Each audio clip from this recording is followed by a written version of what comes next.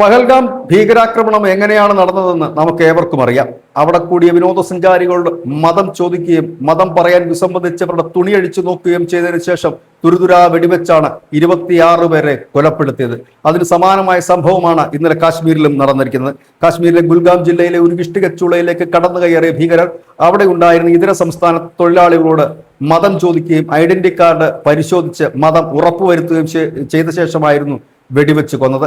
2 ജാർഖണ്ഡ് സ്വദേശികളാണ് വെടിവെപ്പിൽ കൊല്ലപ്പെട്ടതും. സമാനമായ ഒരു നീക്കം ഉത്തർപ്രദേശിൽ നടത്താൻ ഈ ഭീകര സംഘടനകൾ പ്ലാൻ ചെയ്യുന്നതായി ഇന്റലിജൻസ് വിവരങ്ങൾ പുറത്തു വരുന്നു. കാൻവാർ യാത്ര ഇപ്പോൾ ഉത്തർപ്രദേശിലൂടെ നടക്കുകയാണ്. നമുക്കറിയാം, വിവിധ സംസ്ഥാനങ്ങളിൽ നിന്നും കാൽനടയായി അനേകം ഹിന്ദു വിശ്വാസികൾ ഈ ഹരിദ്വാറിലേക്ക് പോകുന്ന ഒരു യാത്രയാണ്. ആ യാത്രയ്ക്കിടയിൽ ബോംബ് സ്ഫോടനങ്ങളും വെടിവെപ്പും മറ്റും നടത്താൻ ഈ ഭീകരർ പദ്ധതിയിടുന്നതായിട്ടുള്ള വിവരത്തെ തുടർന്ന് ഉത്തർപ്രദേശിൽ വലിയ സുരക്ഷാ സംവിധാനമാണ് ഒരുക്കിയിരിക്കുന്നത്. പാകിസ്ഥാൻ ആസ്ഥാനമായി പ്രവർത്തിക്കുന്ന ഷഹസാദ് ഭട്ടിയയുടെ നേതൃത്വത്തിലുള്ള ഭീകര സംഘാംഗങ്ങളാണ് യുപിയിൽ ഈ ഭീകരാക്രമണം നടത്താൻ പദ്ധതിയിടുന്നത്.